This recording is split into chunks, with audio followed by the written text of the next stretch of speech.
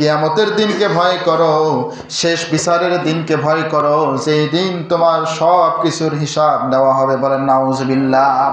যেই দিন এমন একটা দিন, ওই দিনে কোনো কারচুপি চলবে না, ওই দিনে কোনো সম্পদ কাজে আসবে না, ওই দিন কোনো পদবি কাজে আসবে না, ওই দিন কোনো স্বাস্থ্য থেকে কাজে আসবে না, ওই দিন তোমার সৈন্য সামন্ত দলবল কেউ কাজে আসবে না, ওই দিন দুনিয়ার কোনো বিচারক থাকবে না।